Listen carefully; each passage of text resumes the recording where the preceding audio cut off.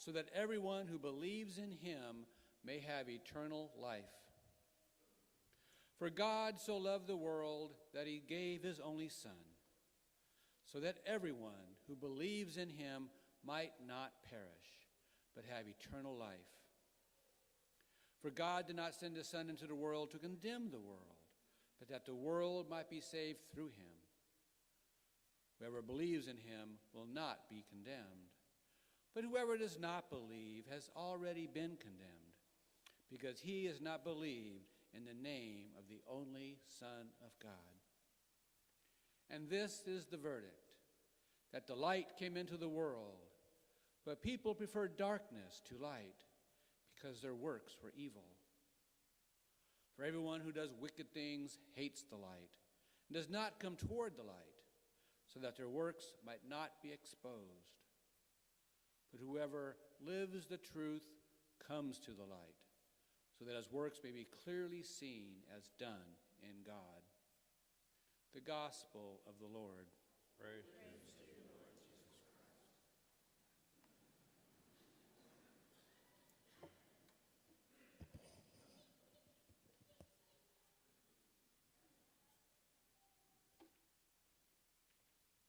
Good morning. Our readings today focus on covenant. The earlier covenant of God with the Israelites, which we heard about in our first reading today. God says, I will be your God, and you will be my people. Just do as I say, and all will be well. But as we heard, they failed miserably.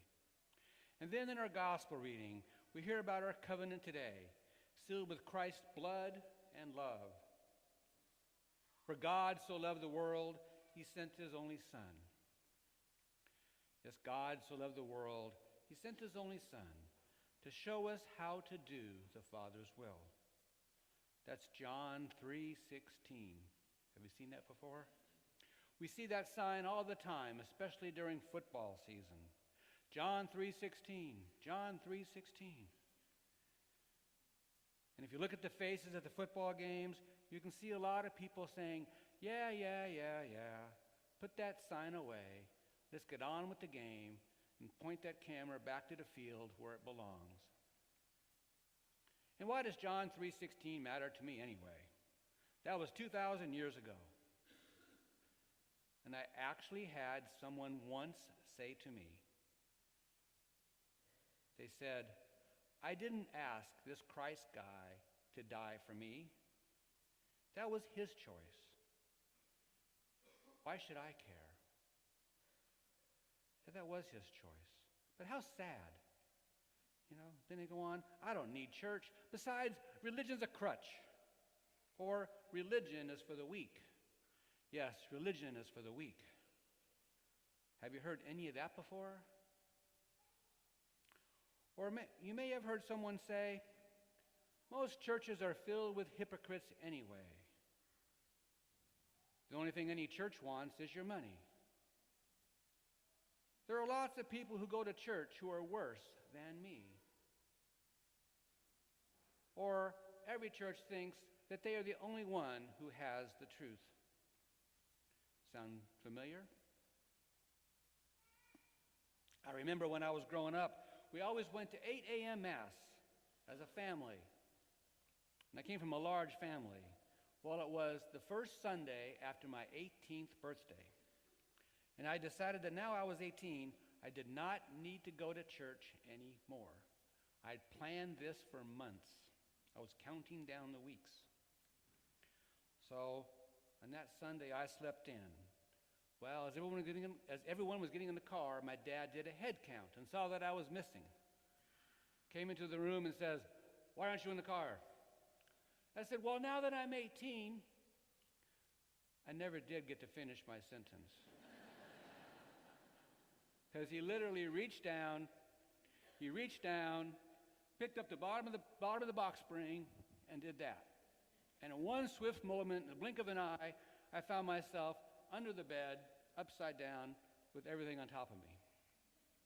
He says, we're leaving in 5 minutes. I suggest you be in the car. Well, I was ready in 4.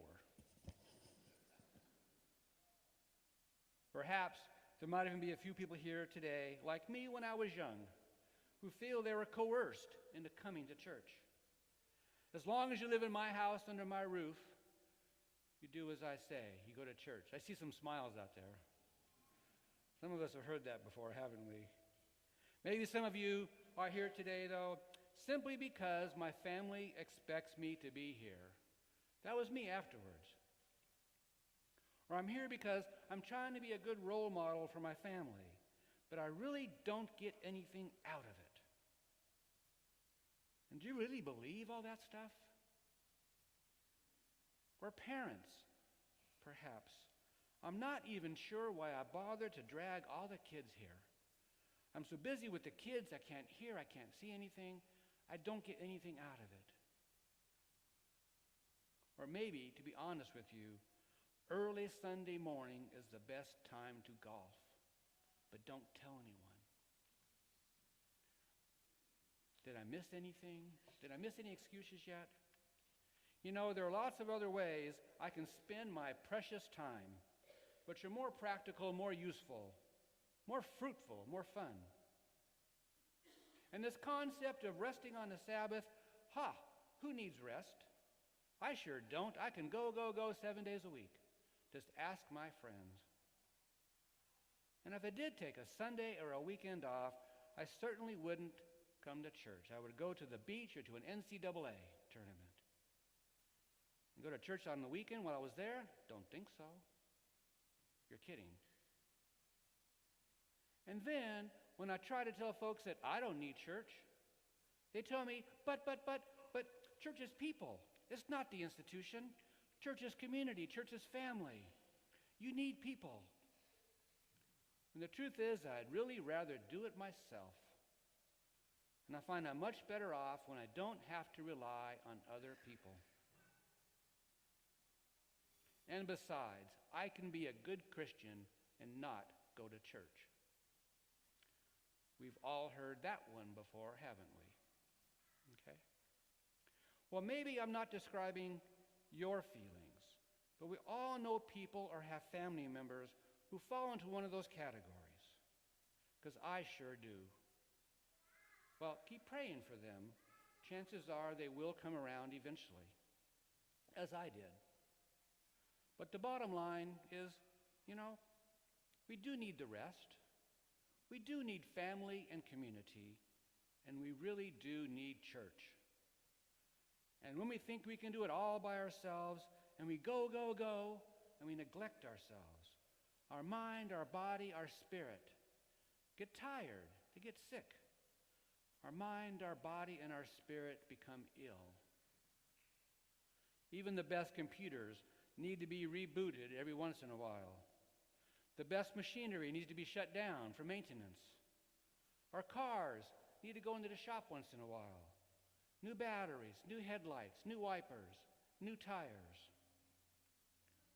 And even our wonderful iPhones and iPads, like Matt's over there, need to be recharged.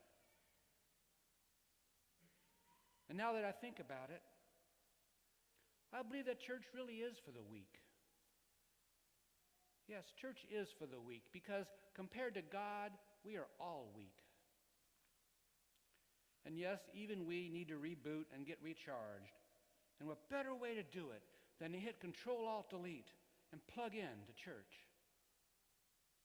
Because we really do need each other, as church is people, community, coming together to worship and helping one another. When my wife and I moved here to Louisville 20 years ago, almost 20 years ago, we had no family. And we did our best to make St. Margaret Mary our home and our family. Soon after, we hosted a Renew or Bible study group. We had 7 couples in the group.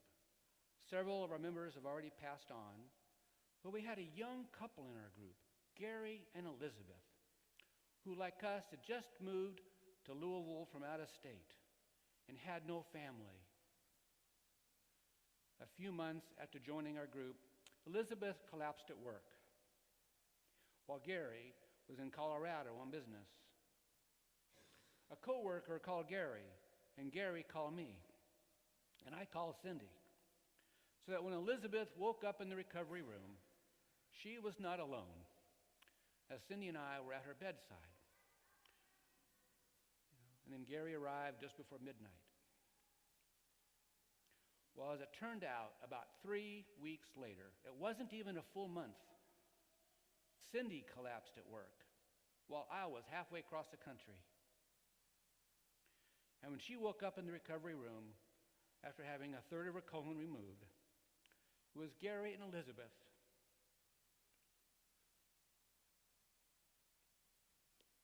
at her bedside, holding her hand, till I got there. You know, that experience taught us what church and family are truly about. That family does not mean blood relative. That we are family. And that yes, we really do need each other, because church is people and community coming together to worship and helping one another. And I see that every day here. Which brings me back to our gospel in John 3:16. For God so loved the world, he gave his only Son, to show us how to love and how to care for each other. But God so loved the world that he also gave us the Sabbath. Yes, God so loved the world, he gave us the Sabbath. He said, you were not made for the Sabbath was made for you.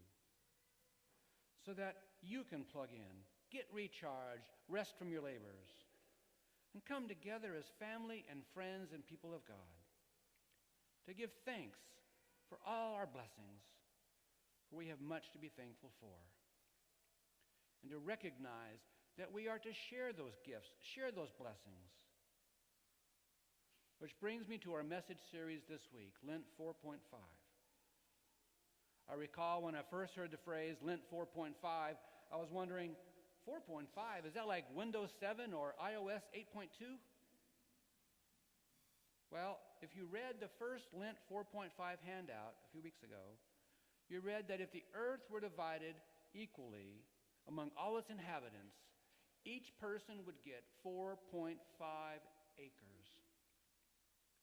And from that 4.5 acres, each of us would have to find everything we need to support our life. Our food, our home, our energy, our transportation, clothing, appliances, cars, gadgets, you name it. But according to the global footprint data, each inhabitant of the U.S. is using 5 times that. Yes, 5 times. A staggering 22.3 acres. To make our lifestyle here possible. And this week in our message series, we're focusing on energy conservation. If you read your bulletin insert this week, you will see ways which we waste energy. You'll find ways to conserve energy, as even our world deserves respect. It needs rest. It needs a Sabbath, as we heard in our first reading. For if we continue to use it up at the current pace, it will no longer be able to sustain us. So some of you will say, what can I do? I'm just one person. But I love the quote by Helen Keller in her bulletin insert this week. She says, I am only one, but I'm still one. I cannot do everything, but I can do something.